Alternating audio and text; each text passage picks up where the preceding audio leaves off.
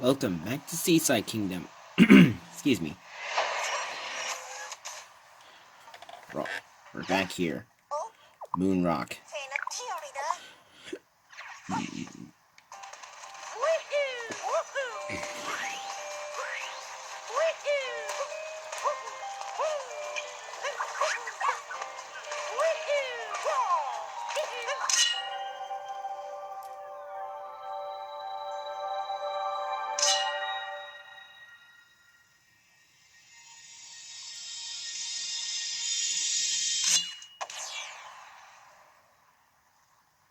Nice. Easy moon rock to unlock. Now it's time to just go crazy.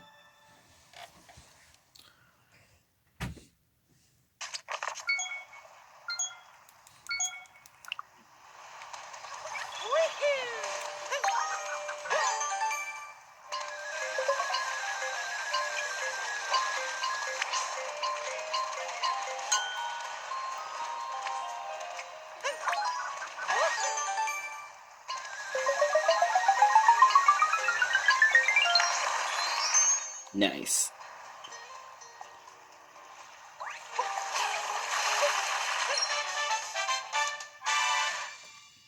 First mooning today.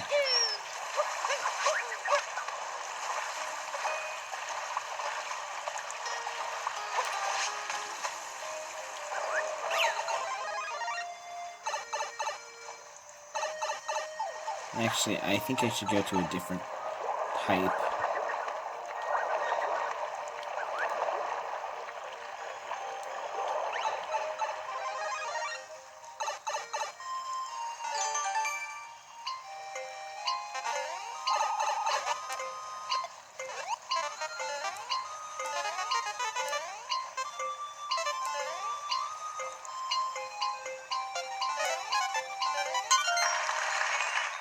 Nice. Another power moon.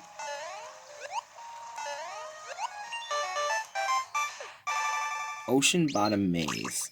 There's a lot of different moons in this.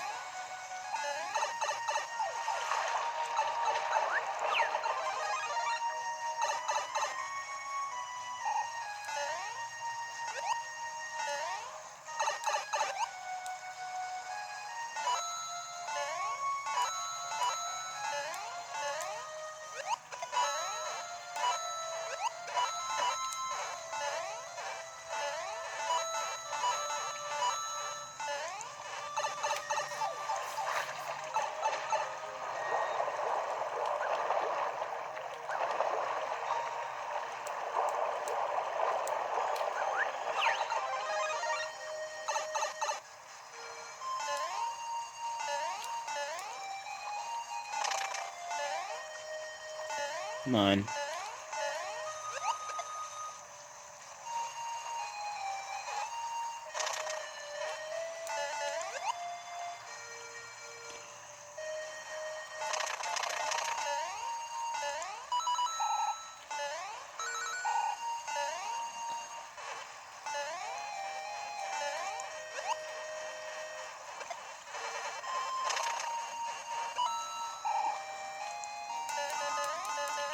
Another moon in here, in the hidden room.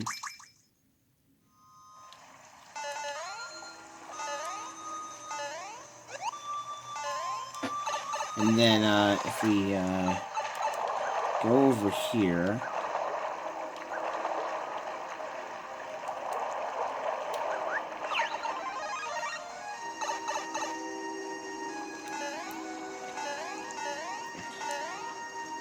A lot of fun moons to get in Seaside. I'd like to think that Seaside is definitely one of the more fun moons to get to. It's definitely one of the ones with some of the more funner moons. Despite being a kingdom that has, well, a lot of water and a lot of different people like to bash on water areas. Water areas can be done well. Oh. I completely forgot about that. Good. That means you have more coins to go around. Getting more coins is always good since I always need more. It may not feel like I need that many, but I will have to say that you will... It's always nice to have a lot.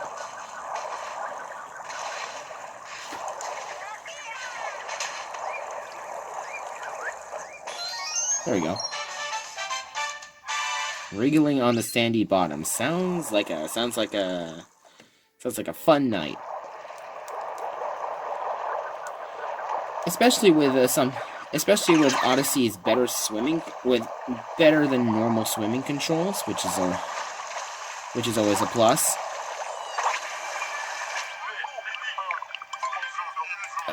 No. No, stop. I wanted to buy this.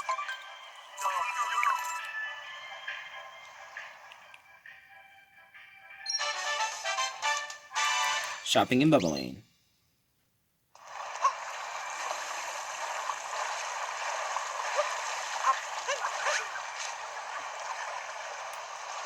Yeah, there's a power moon right above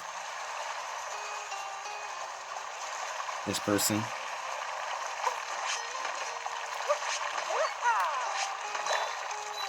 Just coins.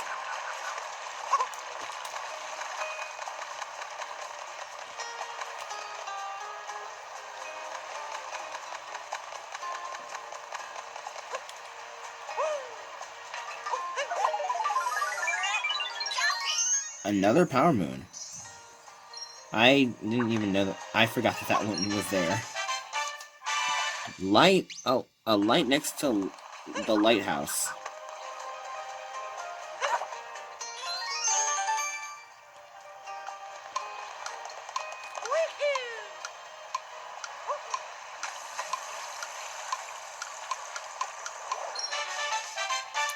Seaside Kingdom Timer Challenge 3.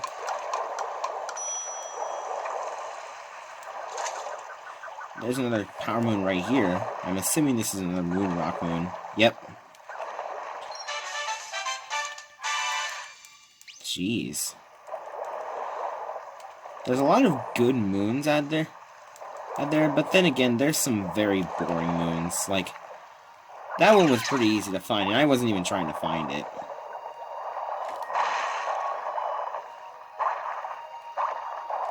It's another moon rock one. I want to find ones that aren't linked to moon rocks.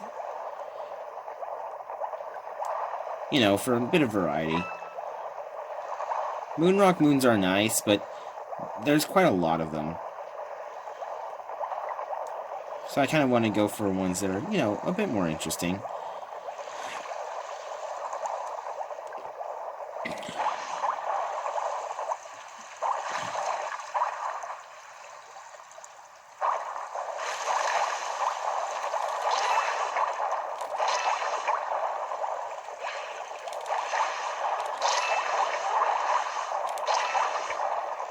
Like this place.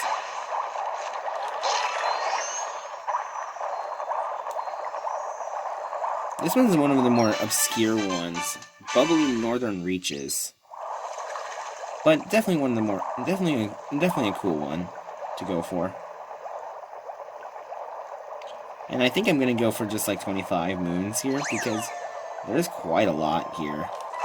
There's quite a lot of moons here, and I feel like I'm getting them at a relatively fast pace.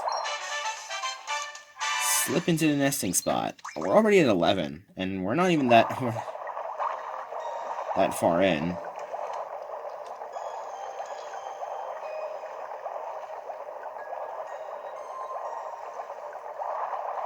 Another moon rock moon just like hiding here. Underwater Highway East Explorer. Isn't that like the same one? I could have sworn that I just got that one. Oh wait, it could have been West. Although I will have to say that this place is one of my least favorite places. One of my least favorite kingdoms when it comes to purple coins. I really don't like the purple coins in this kingdom. They are very obscure. They seem so obscure to find.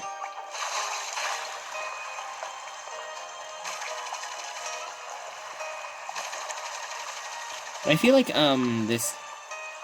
Kingdom does it well. Does underwater stuff well. Uses water as a motif really, really well. If I had to say, because in this kingdom, most criticisms with underwater levels in general is that they are very slow. Slow kingdoms like underwater restricts your movement and isn't really fun because, well, you're more used to being a lot more open and able to use your resources and feel more at ease with the water level, on land. On water in most games, you're restricted to a more, to very slow up and down movement, which is realistic for water physics and such, but some people just want, a fun water level, and not just like a boring water level, not just a water level that does it well. Now the thing about something like a water level like in Seaside Kingdom is that they do it correctly. They make water more like a secondary thing, as opposed to maybe a primary focus. There's a lot of water, but water is only like a good 60%, which is honestly a good amount. Which means that the whole place is not just water.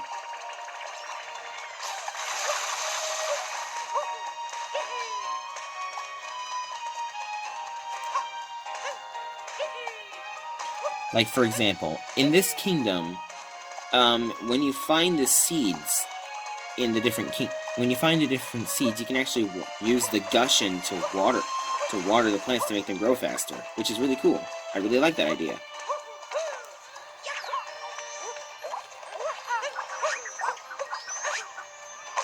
Flowers need water to grow. They can grow normally.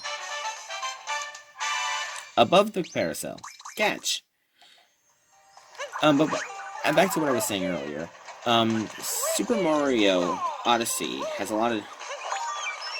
This focuses on, water in the correct way.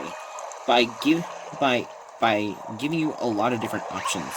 For example, in Odyssey, the Mario is able to, use a Cheep catcher, which makes you faster in water, and gives you more interesting swimming controls. Mario's swimming controls themselves aren't too shabby either, because they also do have the ability to, you can dive, and you can go down really quickly, you can rise pretty quickly, it is not as fast as a Cheep, I will have to admit, but that it doesn't really matter to me, because you still seem competent when it even comes to this sort of thing. You also do have a gushin, which is good for above water. So if you find yourself needing to traverse the water really quickly, you could just use a gushin, or use the flowers. Bonjour.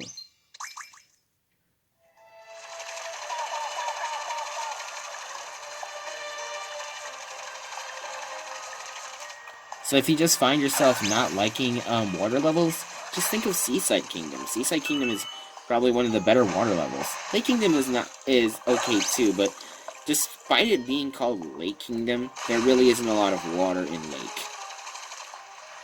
Which honestly is probably for the best.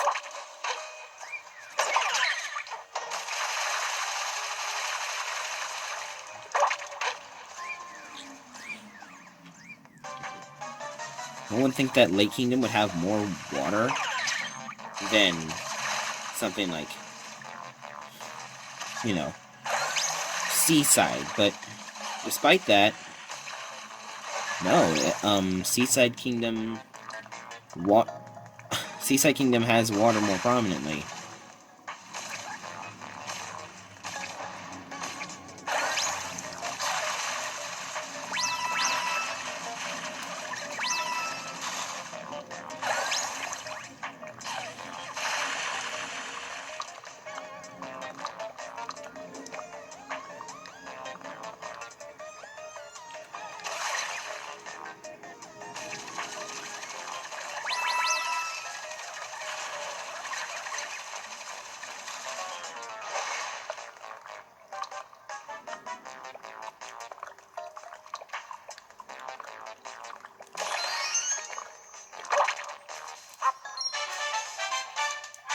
Treasure chest in the narrow valley.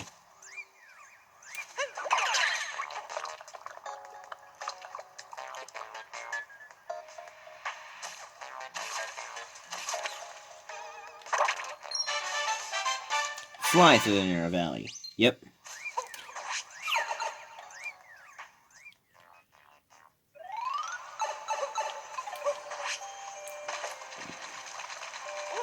In Seaside Kingdom, water is anything but restrictive, so it gives players more freedom.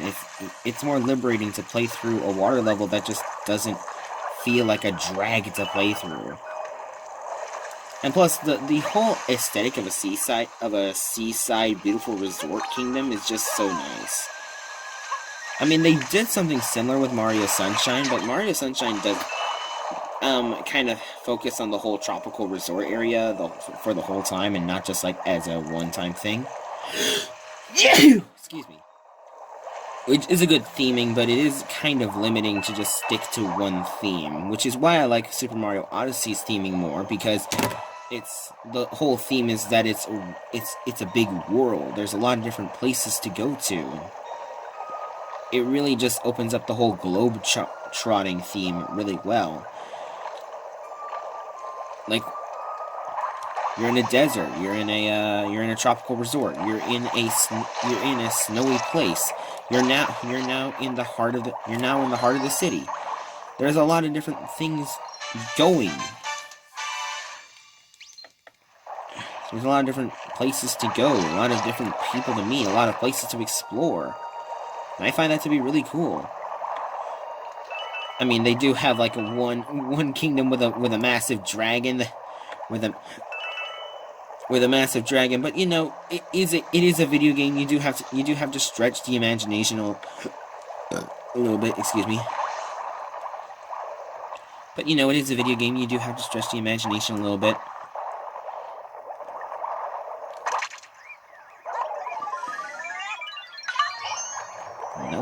Another moon rock moon. That's... You know, I was doing some calculations earlier on how many moons there are, how many unique moons there are in the game. You know, there's 880, which is the maximum amount of moons you can get in the Odyssey without, you know, buying extra moons. And the number I got was 838. So there's 836. So I was thinking, and the reason I was looking at that number was because I wanted to figure out if I wanted to do a ranking of every single Mario 64, every single Mario collectible. Like, for example, like every star, every shine sprite, every moon, all in a comprehensive list order, or just like a list order, or at least like rate them out of 5. I would have to answer the question, what makes a game worth playing? What makes a level worth playing in like Mario Odyssey? And I would have to answer these questions like, what are the most memorable moons in the game? And I'll have to say that there's a lot of moons in a place like like from Moon Kingdom, like from the moon rocks that are just very simplistic moons that are just there to pad out the game time, quite honestly. They aren't really added to add substance to the game, they don't really add anything new, like in Mario Galaxy, where a lot of the moons are lackluster, but you do have to put in some work in order to obtain them. Oh, shoot.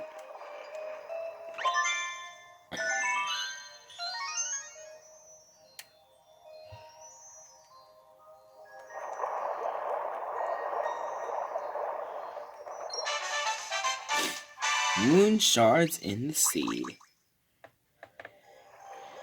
Like, all the one-star moons would just be like, oh, it's, you have to go to this specific spot right here, and then ground pound. Or it's just out in the open, or you have to throw your hat on a pin.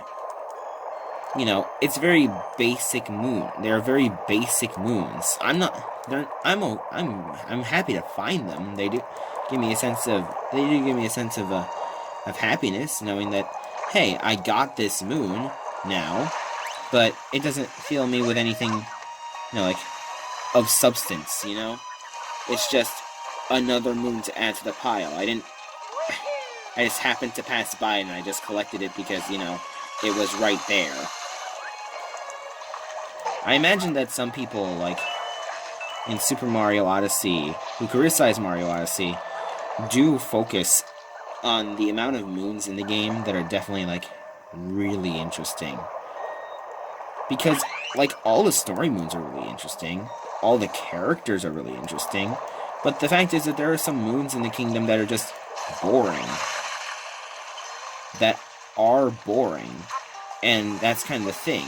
When you have 100 moons, when you have this many moons, like 838, that is a lot of moons that's a lot of collectibles in one game. That is a lot of collectibles in one game. Not to mention, like, all the outfits and all the different, well, all the different moons, all the different outfits, especially. Those are a lot. There's a lot there.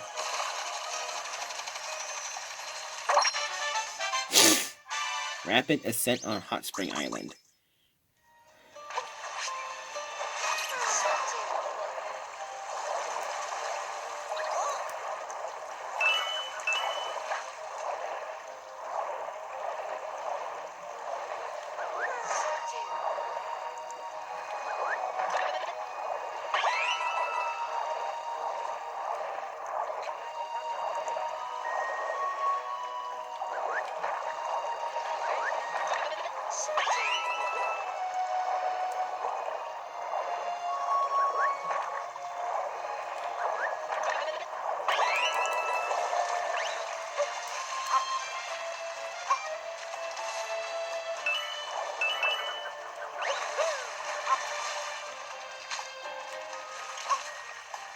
You know, just because there's so many power moons in the game doesn't mean that every one of them has to be a slam dunk. And in fact, I don't expect them to all be slam dunks. Like, even, like, in Mario Galaxy 1, I feel like that has the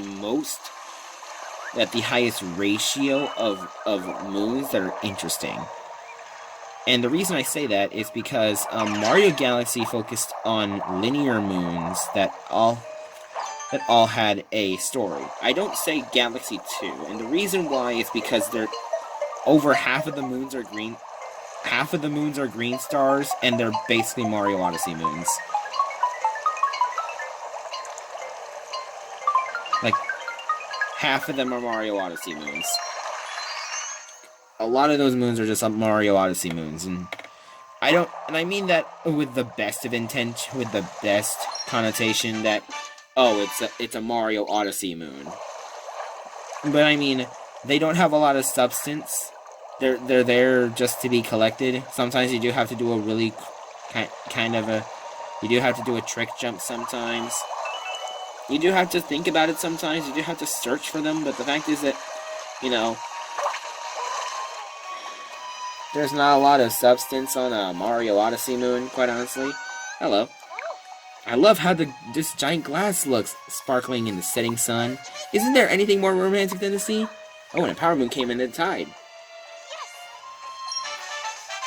Thank you.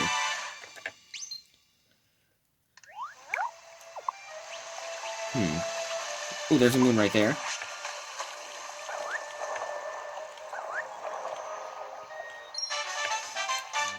What shines inside the glass? And then there's one moon, like, right outside. Which is kind of interesting. I kind of like...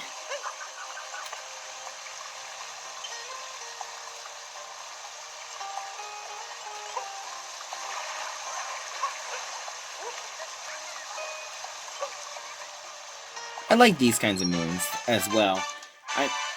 A fine detail on the glass. That's a really cool moon to find, I think.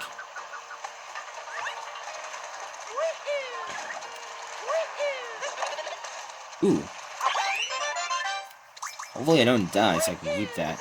But yeah, I think that's it. I'm gonna head back to the Odyssey now. I have 25 moons. And I think I'm doing okay for moons right now.